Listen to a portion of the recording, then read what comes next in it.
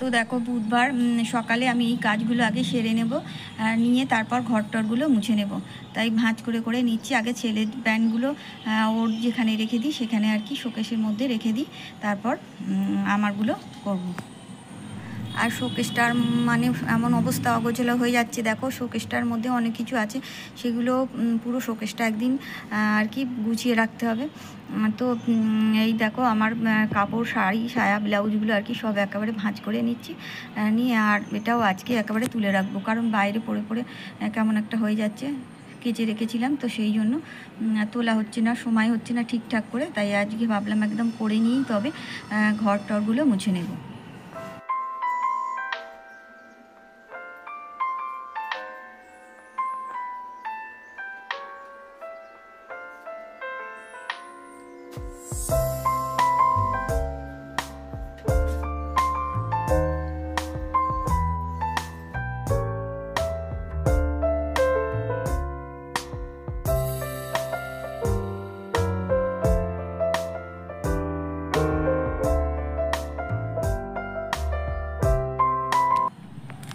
আর দেখো এবার সোজা চলে এসেছি রান্নাঘরে।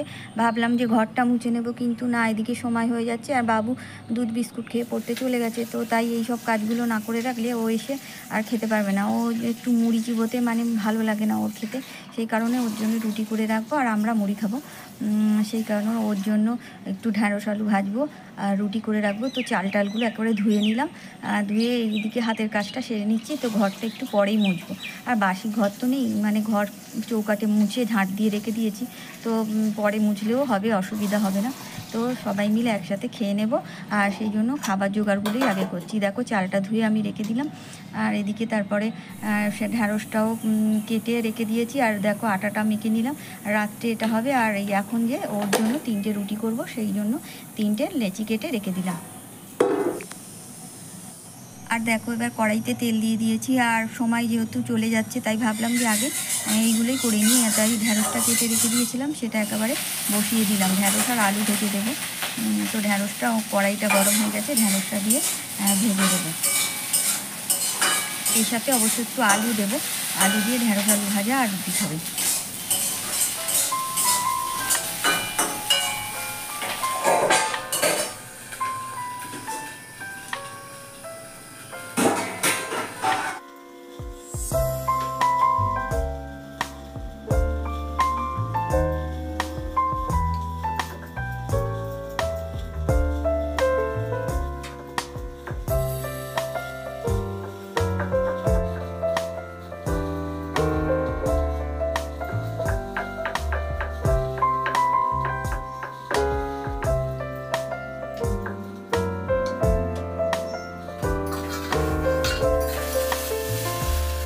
আর ঢ্যাঁড়সটা দেখো ভাজা হয়ে গেছে। তো এর সাথে আলু দিয়ে দিচ্ছি। আলুটা তো মানে সিদ্ধ করে নিই, তোমরা জানো সব আলু একসাথে সিদ্ধ করেছি। ঝোলের আলু আছে, মানে তরকারি করব, সেই আলু সব একসাথে সিদ্ধ করেছি। তাই এই আলু থেকে নিয়ে আর ওই ভাজাতে দিয়ে দিলাম, আর বাকিটা আমি চাপা দিয়ে রেখে দিয়েছি, পরে রান্নার সময় কাজে লাগাবো। তো দেখো একটু হালকা করে হলুদ আর লঙ্কা কুচি, কাঁচা লঙ্কা কুচিয়ে দিয়েছিলাম, তো তাই দিয়ে ভেজে দিলাম। আর ঢ্যাঁড়স আলু ভাজা খেতে বাবু খুবই ভালোবাসে, তাই এটাই করে দিলাম। ঢ্যাঁড়স আলু ভাজা দিয়ে রুটি খেয়ে নেবে। আর দেখো আমার ঢ্যাঁড়স আলু ভাজাটা হয়ে গেছে। এবার চাটুটা বসিয়ে আর রুটিটা মানে শিখে দেবো। আজকে রুটিটা পুড়িয়ে দেবো, আজকে তো অসুবিধা নেই, যে শনি মঙ্গলবার আর বৃহস্পতিবার আমি চাটুতে চেপে চেপে শিখে নিই।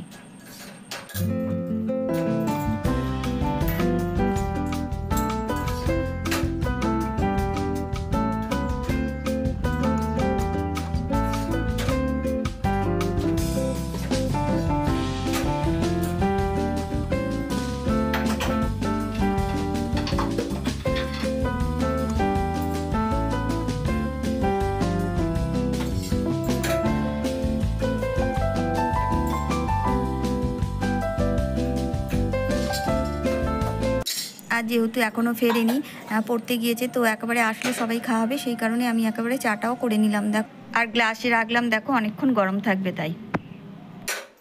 খাবার হয়ে গেছে, তোমার জন্যে রুটি, ঢ্যাঁড়স আলু ভাজা। যা যা যা গিয়ে করে নে।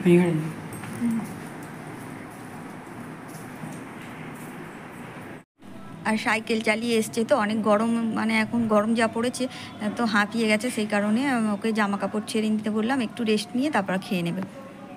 গুড মর্নিং এভরিওয়ান, কেমন আছো তোমরা? নিশ্চয়ই ভালো আছো, আমরাও ভালো আছি। আওয়ার এভরিডে লাইফস্টাইলে তোমাদের সবাইকে অনেক অনেক স্বাগত, অনেক অনেক শুভেচ্ছা। আজকে হলো বুধবার হচ্ছে সকাল থেকেই ব্লগটা শুরু করে দিয়েছি, কিন্তু একটু তোমাদের সামনে এলাম। আর আমার মানে ভাত বসাবো এবার, আর ঘর মোছামুছিও চলছে। তো চলো এখন হচ্ছে ভাতটাকে বসিয়ে দিই, তারপর তোমাদের সাথে আবার পরে কথা বলছি।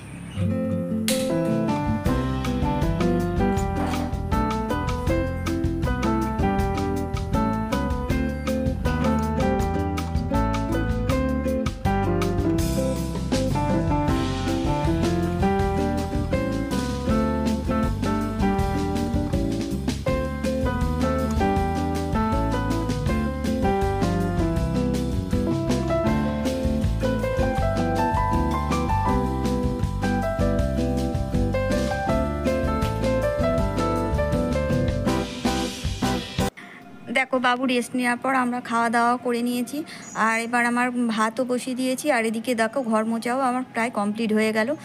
তো এবার আমি রান্নার দিকে চলে যাব, আর এই তার আগে ন্যাতাটা দিয়ে আসবো ওপরে, তাই। আর এবার দেখো, আমি তো তোমরা আগেই দেখেছো যে আমি আনাজ টানাজগুলো কেটে রেখেছিলাম, পটল আর চিচিঙ্গা ঢ্যাঁড়সটা একবারে কেটে নিয়ে মানে উনুনটা কি এদিকে কড়াইটা বসিয়ে দিলাম। আর কড়াই তো প্রচণ্ড গরম হয়ে গেছে, তেল উড়ে যাচ্ছে দেখছো।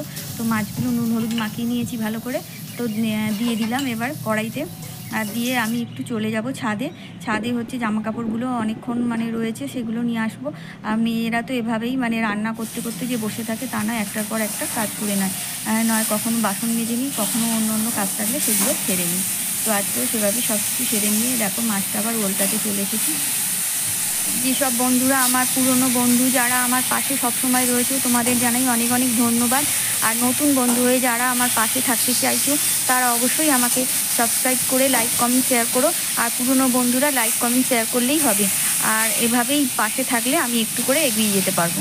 দেখো, তোমাদের সাথে গল্প করতে করতে আমার মাছ ভাজা হয়ে গেছে, তো মাছগুলো সব তুলে নিলাম। আর দুটো মানে রূপচাঁদা মাছের মুড়ো ছিল, সেগুলো মানে চিচিঙে আলু আর ঢ্যাঁড়স দিয়ে যে পেঁয়াজ দিয়ে তরকারি হবে তার মধ্যে দিয়ে দিয়েছি। আর দেখো আমার তরকারি রেডি হয়ে গেছে, আর এদিকে পটল আলু টমেটো দিয়ে মাছের ঝোল, আর এদিকে ভাত। তাহলে আজকেও আমি এভাবেই বিদায় নেব, আর আবার নতুন একটা ভিডিও নিয়ে তোমাদের সামনে চলে আসবো। ততক্ষণের জন্য তোমরা ভালো থেকো, সুস্থ থেকো, আনন্দ থেকো।